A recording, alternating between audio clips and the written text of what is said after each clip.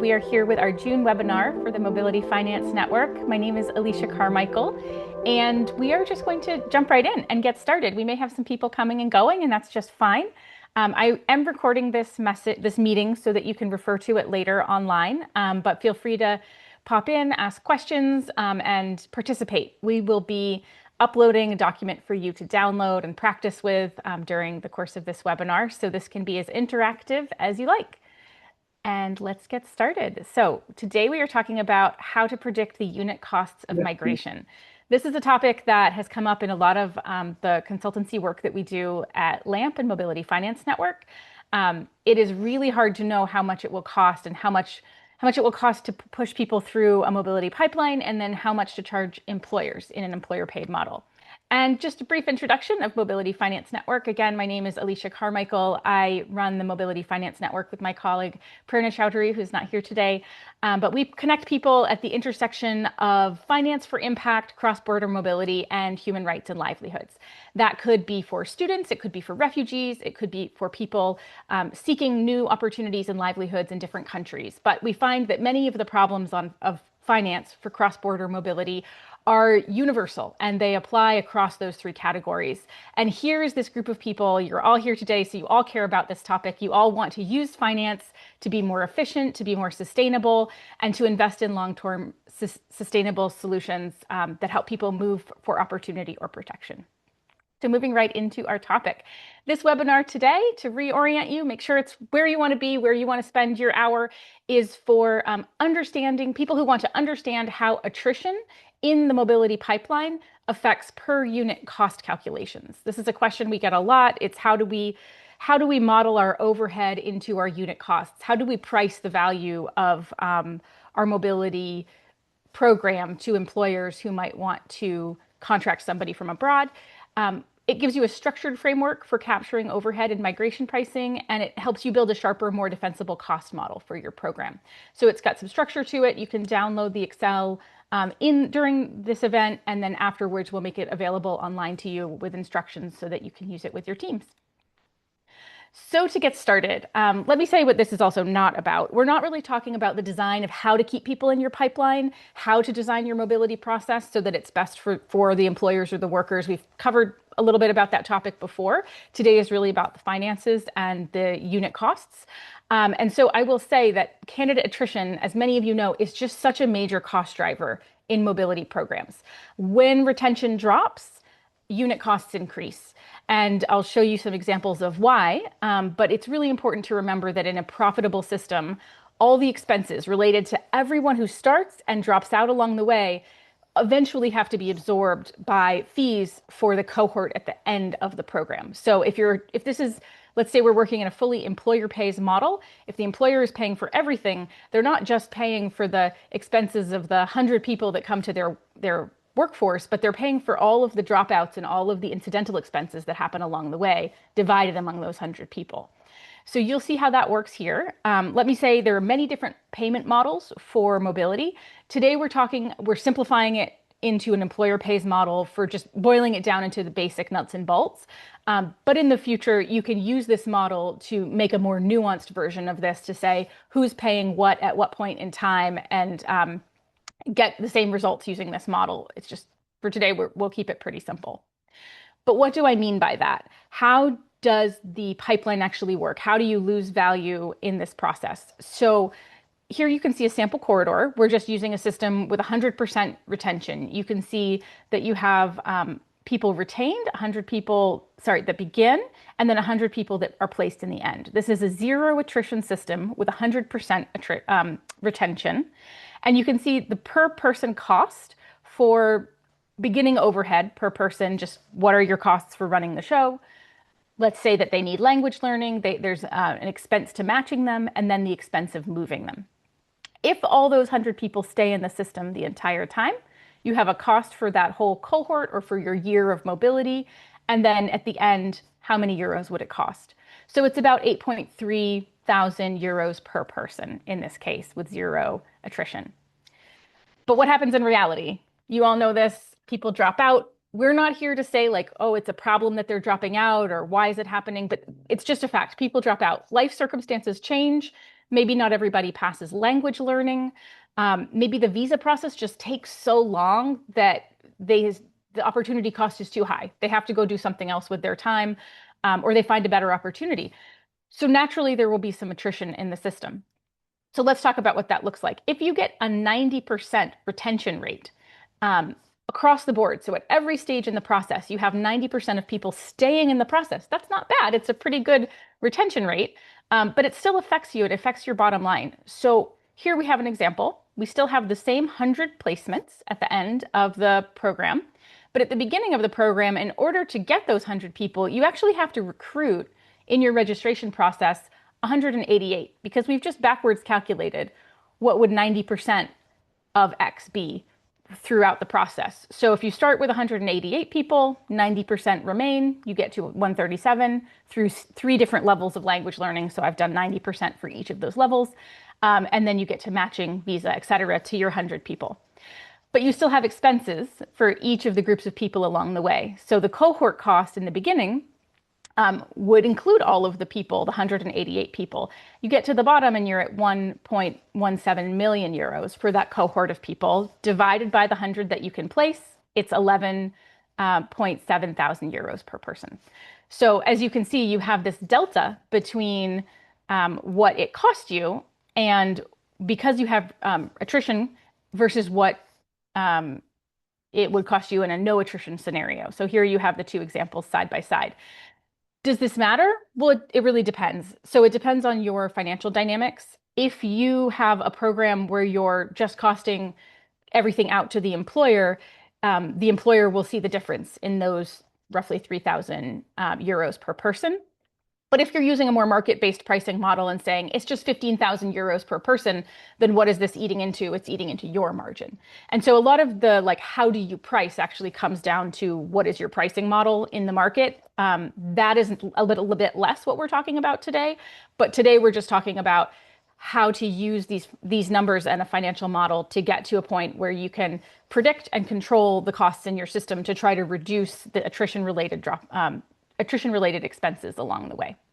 Let me pause really quickly. I'm not seeing comments with questions, but does anyone have any questions so far, just conceptually, that they wanted to clarify? Not seeing any. Okay, we'll keep going. There'll be plenty of time for more questions. So what we're going to do today is use those concepts in a more concrete way in a financial model. It's just a little tool that we're making available online. We could make infinite different financial models to meet your program needs. This one is genericized at the high level. It should be pretty useful for most people. But then, of course, once you start using it, you'll say, oh, but what really happens in my program is X. And so we would love to adjust this a little bit in whatever way. Feel free. You can download this, manipulate it any way you like, and it's yours to keep. If you ever wanted to build something more custom, there are plenty of people who have the skills. This is pretty simple Excel, who could help you do that. So moving on, the first step, and maybe this is where if you're deeply engaged, you could take a couple notes of the 1, 2, 3 of what I would recommend to you, would be to categorize your expenses. So pretty simple stuff, but you need to know your organizational overhead for everything related to this activity. It may be that if you're in a large organization with multiple activities, you can divide up those activities and say, what is just related to this versus what is related to kind of our entire suite of activities as a large multinational, for example. The other thing that you want to take note of is at the cohort level. So some organizations or recruiters work at the cohort level where you may have per 25 people, you need to make a certain investment. Per 100 people, you need to make a certain investment. And maybe that happens at registration, or maybe it happens much further down the line at a different point in the process. And you know that you have a certain set of expenses that go with moving a group of people. We'll talk more about that. We have some variables that can help with that. But it's a separate from the organizational level overhead. It's kind of a variable overhead related to cohort.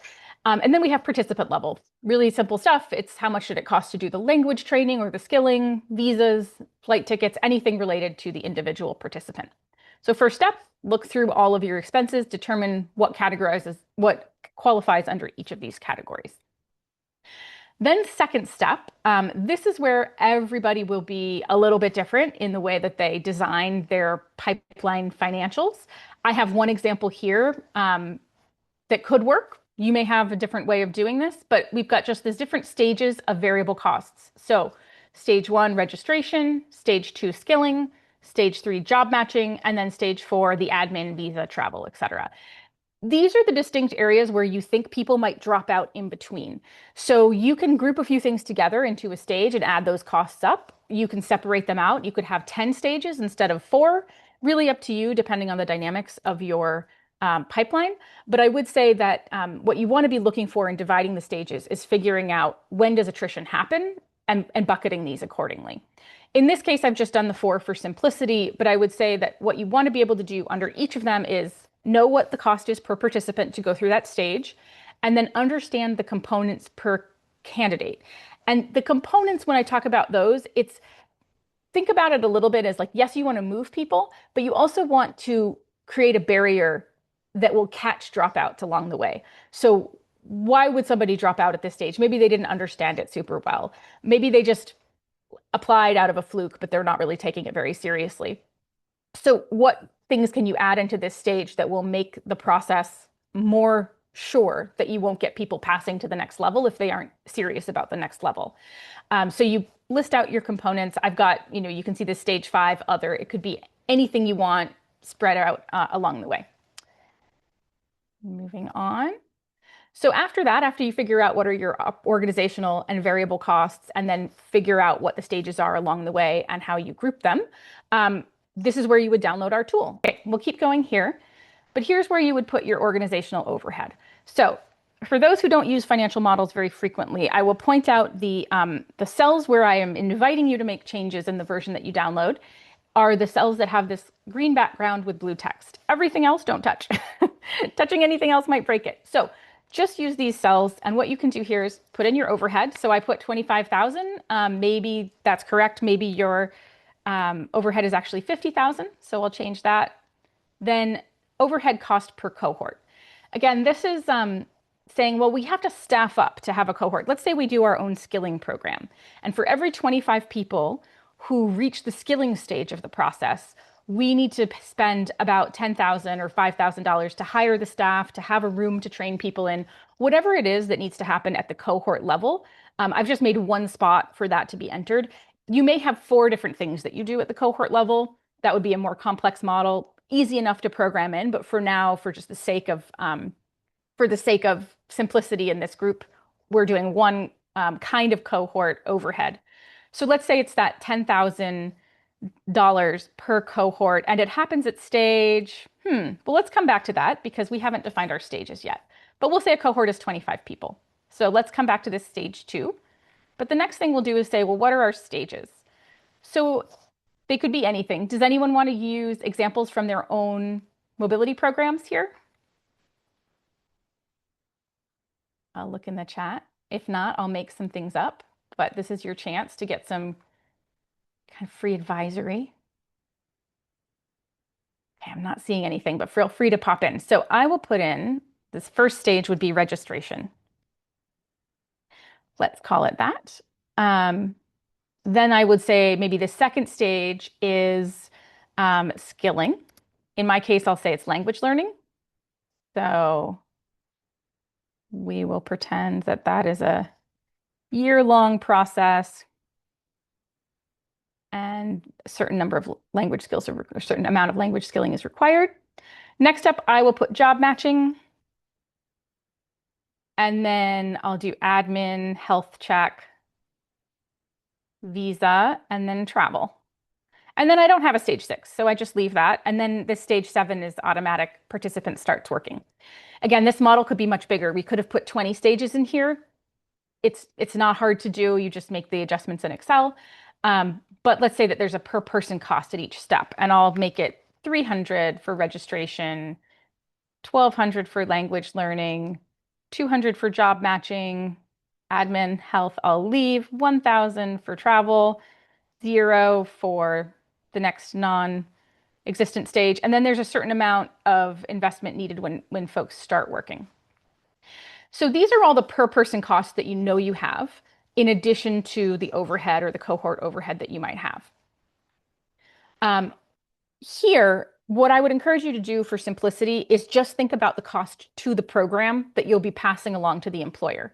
If your model has fees to the worker, that's a separate conversation, which we actually have deep financial models that include all of those variables. But for today's simplicity, I would say just include the net cost to the program of any of these steps. So if the worker needs to, the candidate for migration needs to pay a $200 registration fee up front, even if it's a returnable deposit, whatever it is, like just do the net amount. So let's say registration costs $300, the actual costs to the program because of the things they have to go through, but they're paying a $50 fee or a $200 fee. Just write what's left over that gets charged to the program. So let's say it's $300, but they need to put down a deposit of earnest money to show that they're committed. Then I would just change this to $250. Again, it's the net amount right here. But then looking at this cohort, let's say that some people are working with a cohort effect. Some people might be just working throughout the year. We have a couple questions here. Can you share the Excel sheet again, Maho? I think you could probably do that. That would be helpful. And then Jane, the question, do the modelings account for post-placement support to ensure job retention, or does that typically not get passed along? That's a great question. We have models that definitely do include that. I simplified it and I actually took them out. You can see down below, I just included as a little peek into that, the participant being retained and at 6 months and a year, just to show what your overall mobility rate is for those milestones. But I didn't include costs. It's very easy. Actually, I edited those out for this presentation because I wanted to keep it simple. But yes, Jane, we absolutely do have that in the bigger financial models that we use that happy to share. So I would say that where the participant starts working, if you wanted in this simplified version to answer that question, to say there's some additional cost that it will take for the integration, you could actually include that here. You could add up to let's call it $1,500 for support to the person on the field. And then that includes the entire, this direct program cost would include that as well. So if you're working in a cohort, you would then come back to this cohort question and say, well, for every 25 people, we're going through this in kind of periods of time. So it takes 3 months to do this whole cohort and then another 3 months to do the next cohort, et cetera. And the time at which we really start to spend a cohort level money on people because we have to get them into a classroom is, we can call it here stage 2. You can choose any of the stages here from your cohort. Again, super simplified version, but I wanted to show an example of how this might work. So let's stay at stage 5, or actually, I'll move it to stage 2. And we'll say at stage 2, that's where we're doing language learning. And that's where we have an in-person component that starts to cost us at the cohort level, sort of a finite amount of money. This is where I would put that. And that's a little high. So let's say it's not actually 10,000, but at stage 2, it's 5,000 per cohort. And we have, you'll see how many cohorts we get in a year when we go down below. So here again, annual overhead costs, variable pipeline costs per candidate. And then this is the part that requires a little bit of guesswork. Let me make it a little smaller so you can see the whole thing. Okay. We have the guesswork here of what is the retention rate and how many people are we aiming for to move through our program in a given year. So the first thing you do is say, how many people are we thinking will go through this year? I put 100, let's say it's 1,000. So we have 1,000 people placed at the year end. You'll see that number come over here to this baseline for final placements. So this is what you're aiming for. The 1,000, you put it in here, it comes over here. And then based on your experience in this corridor that you're working in or across all of your corridors, you would put in the retention rates. And of course, you may not know at this point. That's okay. We can come back and change these later. But let's say that in the early stages, a lot of people drop out. So you have 70% of people stay, and then 80% stay, 90% stay. And then by the end, people are pretty committed and they stay on board. And then we have are people being retained at 6 months and 1 year. So this is where you put all of that in. And then we've got all of our variables. That's all we're asking for in this really simple version of the model. And you can see how many people you actually need to start the program to get the 1,000. So let's say that you have 1,000 people that you want to place, you actually have to start with almost 2,500 people. But if you know your market really well and you do a great job with marketing and you lose almost nobody at the registration stage, I'll give you another scenario. So let's say you have a registration stage that's all digital that costs you pretty much nothing. What you could do is go back up to this registration and you can say, this is actually like $50 per person. We barely have to review it manually. It's a really quick thing. And it's got a nice set of questions, so we're not likely to get the wrong people in. You could change it so that it's $50 per person. You get 80% of people. And then instead of recruiting in the very beginning stages, 2,400 people, 2,500 people, you're down at 2,100 people. And you'll see all this and how it calculates out when I come to the next stage, but I'll leave it there for now. And actually, I'll make it a little more dramatic to make it a little more fun. We'll say 60% of people make it through that first stage, and registration costs more like $100 per person. So it gets a little bit more dramatic.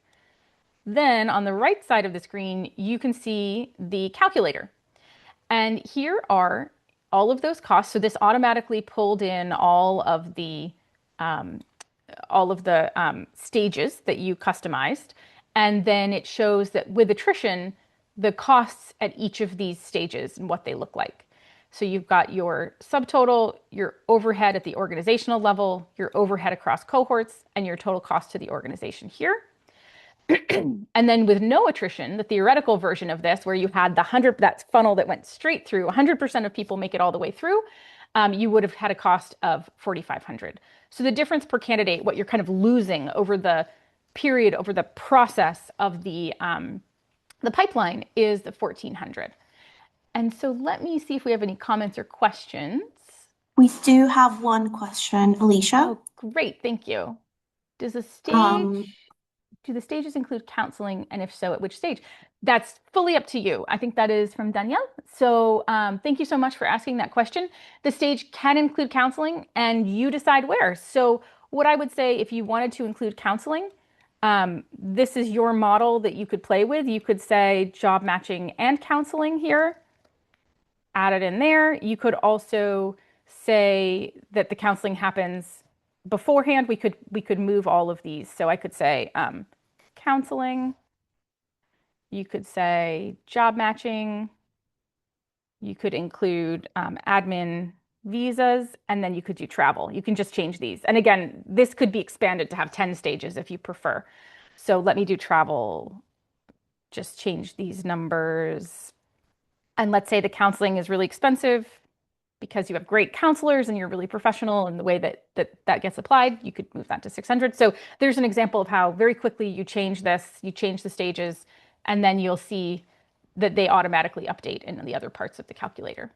I hope that answered your question, but this is all customizable however you want to use it. That's where you can make adjustments for yourself. Again, infinite numbers of ways you could design this.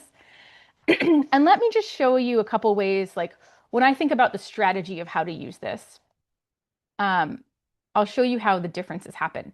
So here with those adjustments, we have a slight change in the difference between the with attrition and the no attrition version.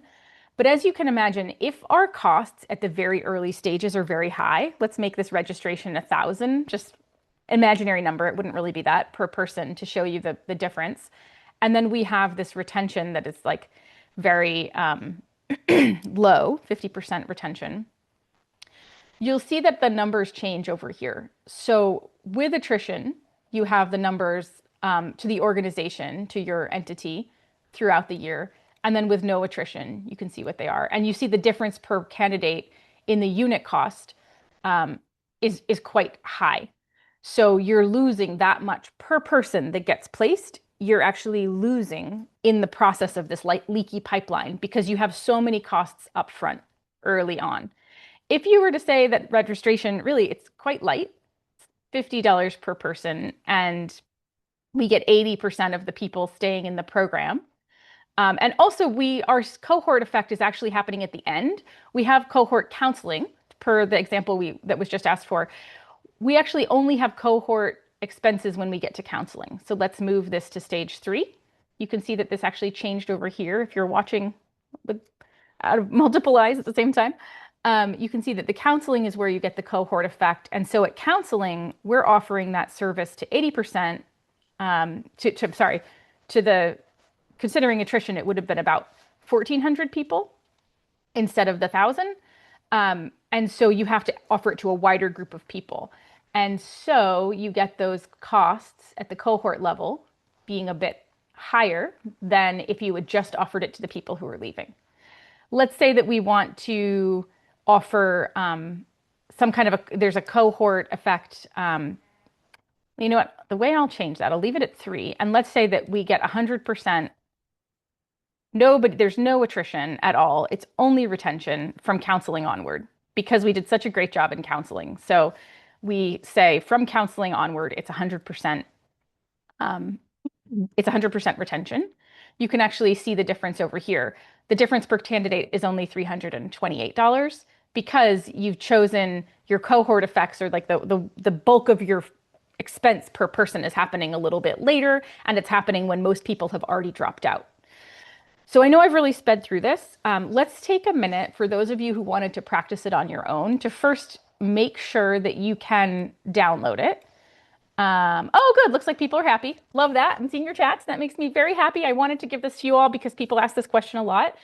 So please do download, take a minute, and play with it. Just play with the pieces in blue. Again, make your best estimations, choose your own stage names, put in your best guesses at costs, and play with the numbers. And then let's just take a minute to do that. And I'll come back to a little bit more kind of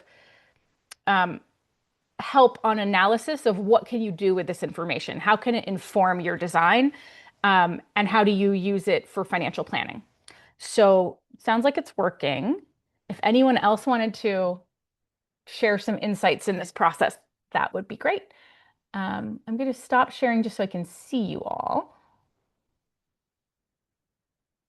and see if we have anybody who wants to raise a hand to say anything.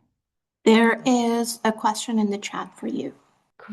Great. How do you estimate dropout levels in percentage? So this is based on your experience. What I would say how to do this is to look back at your experience, if you have any in this space, and say, well, what happened last time we did this? What happened last time is not necessarily what will happen in the future, but what else is going on in this context? So has the market changed? Have the conditions in the home country prior to migration changed? Are there backlogs in visa processing? Is there anything in the environment that might make you think things could happen differently? We all kind of suffer with this like long time periods of the visa processing, and sometimes some of the skilling that can just take up to 2 years to get somebody from registration to migration. What could happen in those 2 years that might encourage people not to continue with the process? Those are the things that I would be thinking about. So estimating that is just based on experience. I don't know that I have a better answer than that, but you could also ask around for other folks in the space.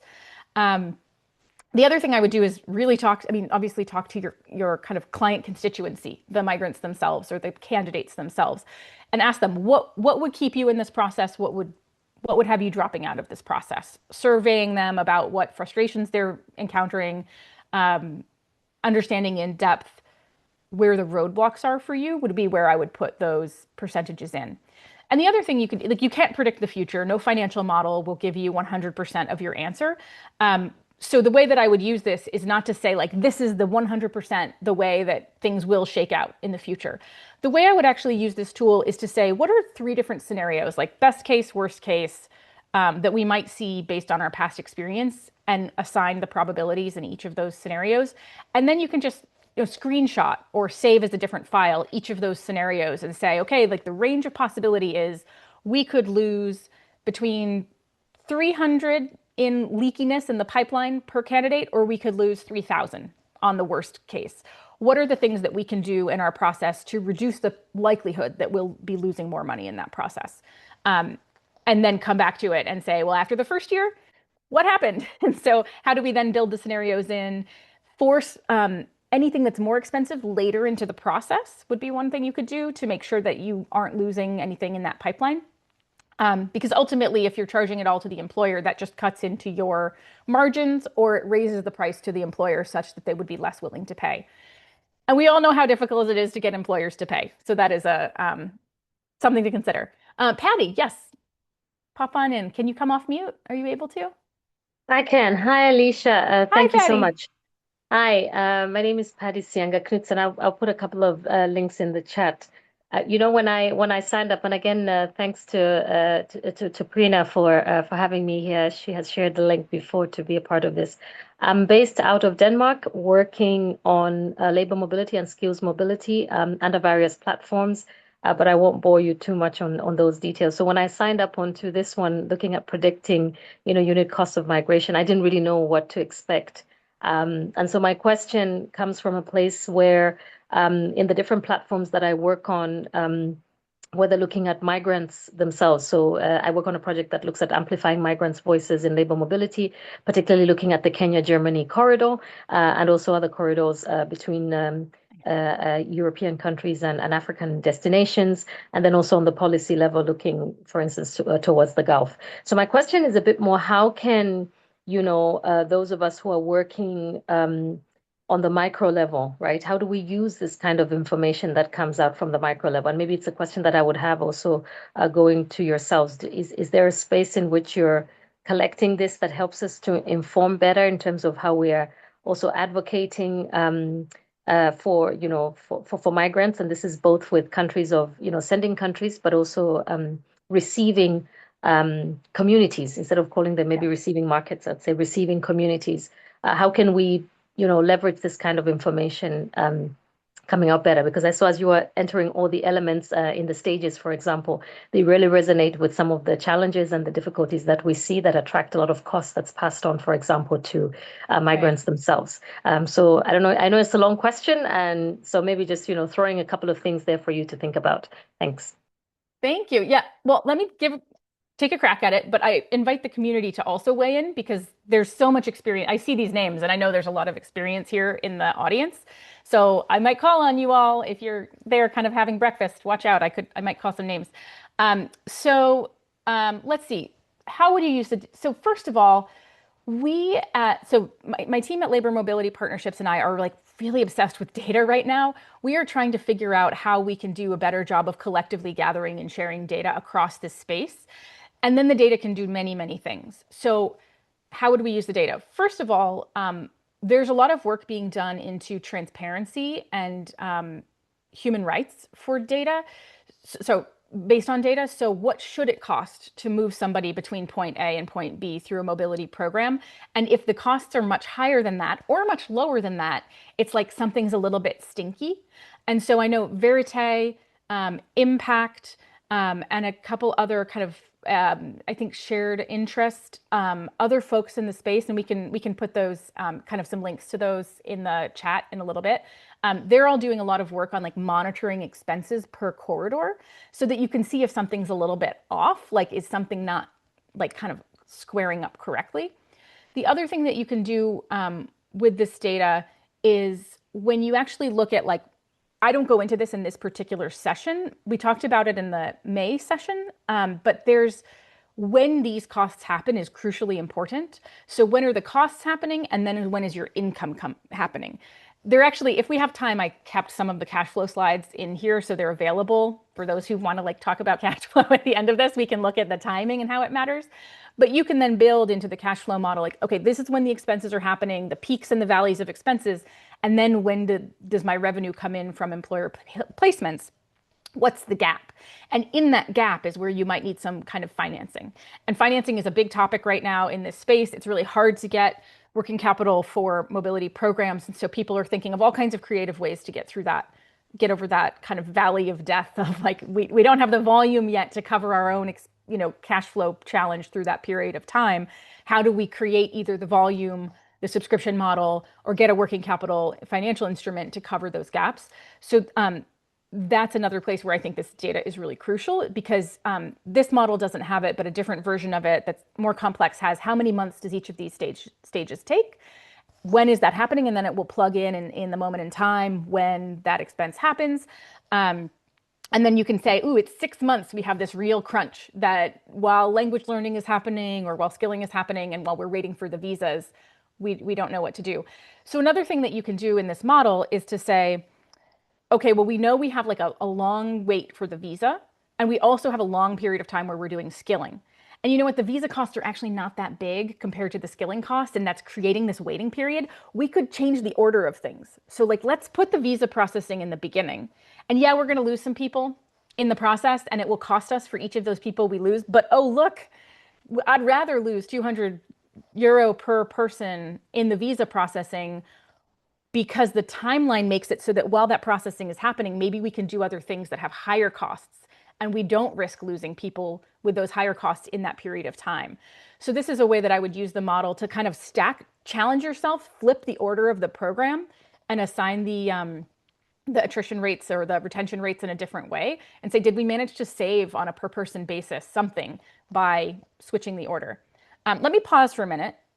I don't know if I've gone down a rabbit hole and not answered your question. So Patty, is there more in your question that I'm missing that I'm not sure if I'm getting it all?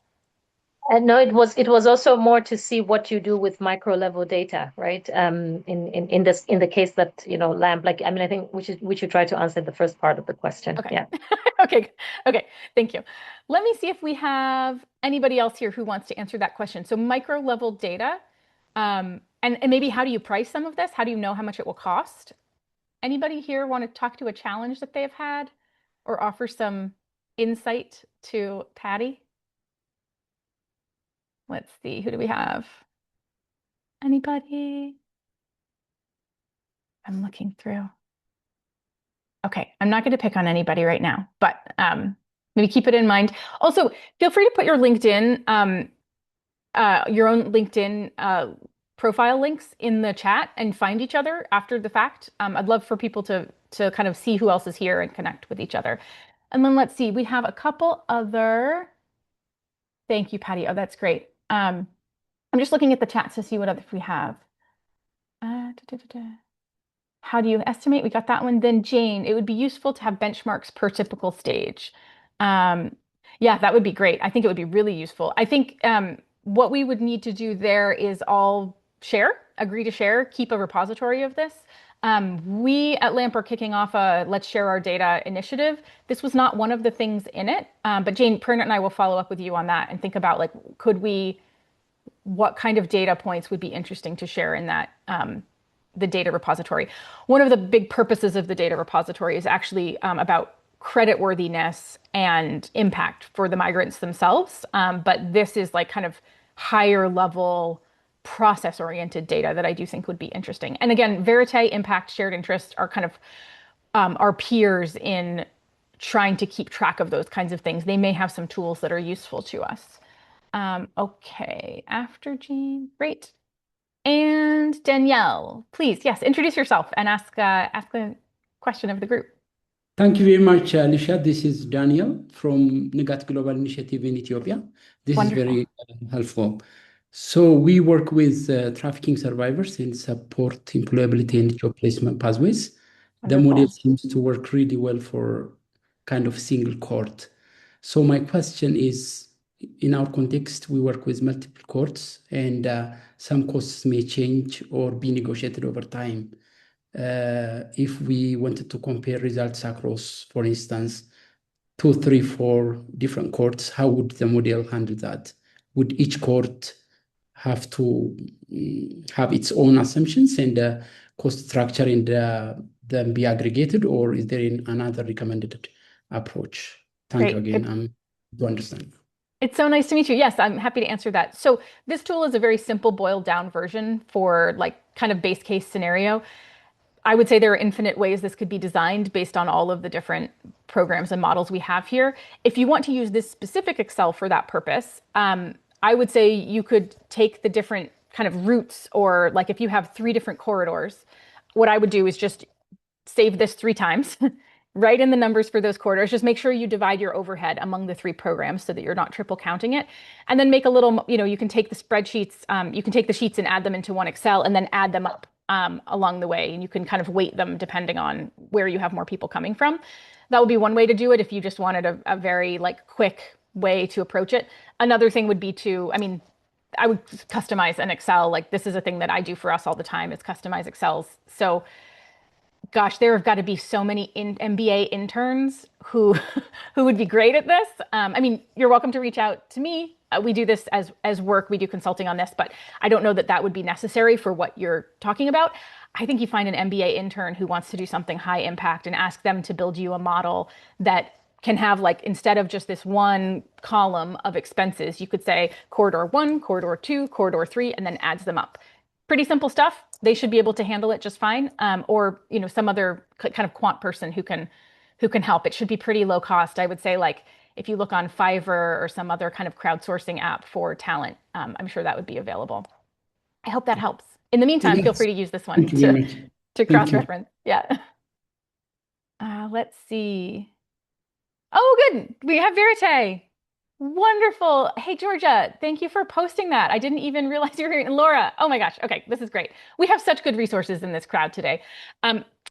Let's see. First, Georgina, did you want to say a word about what Verite is doing for the recruitment cost calculator? Hi, Alicia. Thank you so much. Yes, I mean, very quickly, the recruitment cost calculator is mapping all these different costs across different migration corridors. And as you highlighted, part of our task or one of the things that we do is make sure that these costs are up to date.